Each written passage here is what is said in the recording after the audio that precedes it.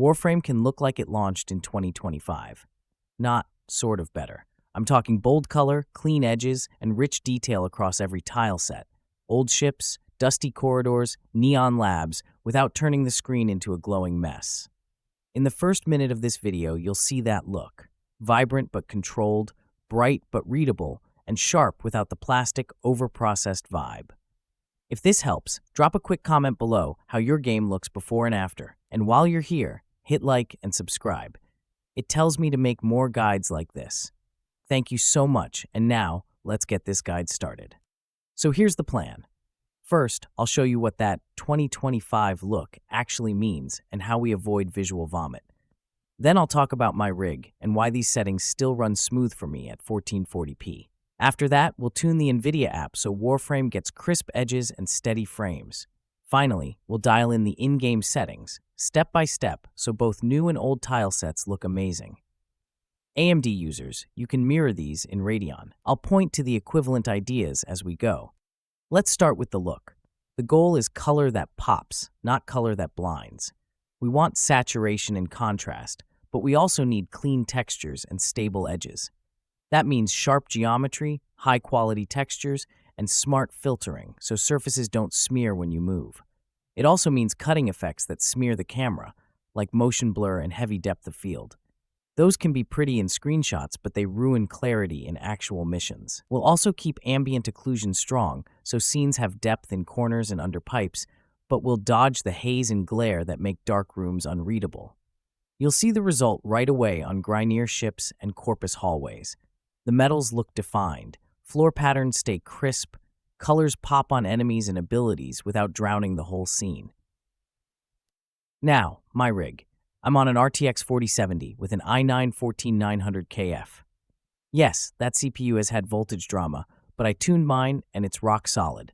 No crashes in Warframe, no hiccups in modern games, and it's great for multitasking while I record and edit. I play and record on a 2560-1440 monitor. That alone costs some frames compared to 1080p, but I prefer 1440p for the cleaner video. If you only play and don't record, 1080p is still a sweet spot right now. For context, my old setup was a 1080p screen, an RTX 2070, and an i7-8700. With these same settings, I hit around 120 FPS on most tile sets. In newer scenes like Whispers in the Walls and Warframe 1999, it dropped to around 85 FPS. While recording, I capped to 60 FPS for stable footage. Also note, I do not use DLSS or any in-game upscaling here. It's off. Warframe looks fantastic without it if you pick the right settings. If you want to boost frames later, you can always add DLSS. But I want you to see how good the native image can be. Let's open the NVIDIA app. We'll handle two things: global defaults and the per-app profile for Warframe. In global, turn on image scaling. This is not DLSS. It's a driver sharpening pass that tightens edges. Don't crank it. Too high makes edges jaggy and noisy. I like a gentle touch. Think 10 to 20. It's enough to add snap without sawtoothing the image. Now switch to program settings. If Warframe isn't listed, add it. Make sure you add the actual game executable, not the launcher. If you pick the launcher, nothing you set here will apply in mission. Under image scaling, set your target value. For me, 15 hits the sweet spot. Edges get crisp, UI stays readable, and the image doesn't shimmer. Set anisotropic filtering to the highest value. This keeps floor textures and long corridors razor clear. Turn off FXAA. It's a cheap blur, and we don't want it. For anti-aliasing mode, choose Enhance the Application setting. Then set the anti-aliasing setting to the highest number. On my side, that's 8x. For anti-aliasing transparency, use multi-sample. This helps alpha edges like fences and wires without a huge cost. Turn low latency mode off. Warframe's input feels fine without forcing it here, and turning it off avoids odd stutters. Turn multi-frame sampled AA, MFAA on. It works well paired with the app settings we just set. For rendering GPU, pick your actual graphics card. Don't leave it on auto. Set preferred refresh rate to highest available so the driver always targets your monitor's top refresh. Threaded optimization on. Triple buffering on, and VSync off. I can't stress this enough. Warframe can get weird with VSync on, input delay, odd pixelation in movement, so I keep it off and let the game run free. Click Apply. Quick word for AMD users. In Radeon, the ideas are the same. Use Radeon image sharpening instead of NVIDIA image scaling. Keep it light. Set anisotropic filtering to X16. Turn off driver-forced FXAA. Use enhanced sync instead of VSync if you want smoother tearing behavior. Make sure your card is selected as the rendering GPU, and use AMD anti-lag only if you feel input delay, not by default. Now jump into Warframe's in-game settings. We're not using the game's upscalers here. Off is fine because we're building a strong native image. Here's what to change first. Geometry detail to max.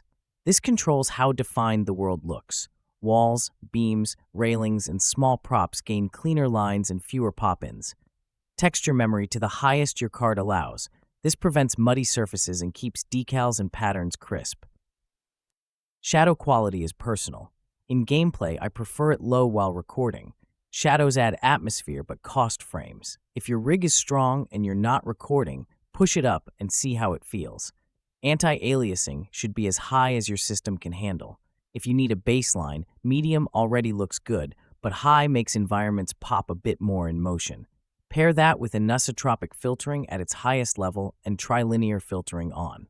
These keep surfaces stable when you tilt the camera or sprint through long hauls. Let's talk particles. Set GPU particle quality off. It sounds dramatic, but trust me on this. Warframe can go overboard with particles and make the screen messy, especially in big fights or crowded tiles. Turning this off clears the view and makes the action readable. You can't set particle system quality to off, so set it to low. Turn off dynamic lighting and volumetric lighting. It cleans up dark corridors and reduces the glowing haze in tight rooms. Local reflections off, especially if you record. Reflections can clip and flash in motion and look bad on video. Ambient occlusion should be very high if your rig can take it. If not, medium works well. AO adds depth under pipes, around door frames, and in vents. It makes old tile sets feel less flat. Volumetric fog is a preference. I like it in new tile sets like Whispers in the Walls and Warframe 1999 because it adds mood, but it eats frames. If you need performance, turn it off. The world will look clearer and brighter. Set shader quality to high. Turn off motion blur and depth of field. Blur kills clarity in fast gameplay and looks awful in recordings. DOF is great for Captura, not for live missions. Turn glare on. It helps keep overexposed hotspots under control. Film grain off.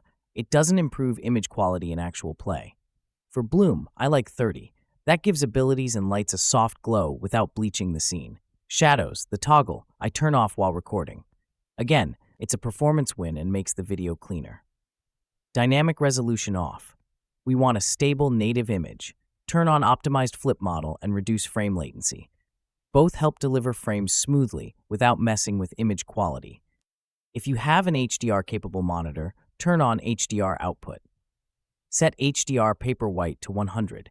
That's a safe baseline that boosts vibrancy and keeps detail in bright areas.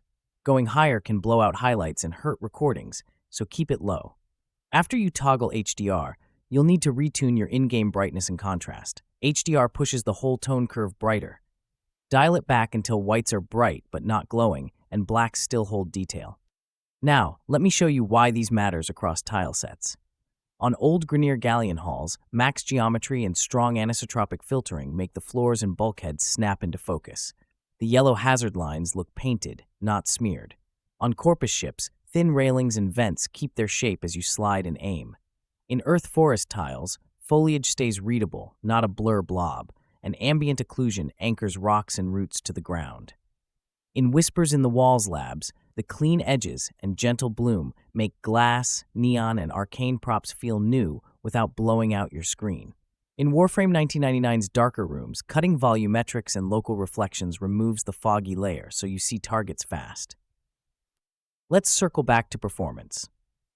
At 1440p with my RTX 4070 and tuned 14900KF, gameplay is smooth. While recording, I cap to 60 FPS for steady footage and consistent frame times. If you're on 1080p with a mid-range GPU like the RTX 2070 and an i7-8700, you can still use this setup. You'll see around 120 FPS in classic tiles and about 85 FPS in newer, heavier scenes. If you want more frames, drop shadow quality and volumetric fog first. Those two are the biggest hitters with the least pain. If you still need more, step anti-aliasing down one notch. Leave geometry, textures, and anisotropic filtering alone if you can. Those three carries most of the 2025 look. A quick reminder on VSync. Keep it off in both the driver and the game. Warframe's VSync can introduce delay and weird pixel shimmer that ruins motion clarity. If you hate tearing and you have a high refresh display, use your monitor's VRR tech, G-Sync or FreeSync, and let the game breathe. It looks and feels better. Let's talk recording and creator workflow for a second. This setup is creator-friendly. The image is sharp, the colors pop, and the background stays clean. UI text is crisp at 1440p, which helps your viewers read loot, mods, and stats. Motion blur and DOF are off, so the camera doesn't smear when you bullet jump or slide. That makes your edits cleaner and your thumbnails easier to grab from raw footage. Glare and a touch of bloom add a premium sheen without nuking detail. If you record in darker tiles, cut volumetric fog and local reflections. Your audience will thank you. The scene stays readable on phones, which is where a lot of viewers watch. For Captura artists, these settings are your base. You get rich color, clean edges, and a strong canvas for fashion frame. Armor trims sparkle without clipping. Energy colors glow without washing out your Warframe. Cloth, leather, and metal read as different materials because textures stay high and filters keep angle detail.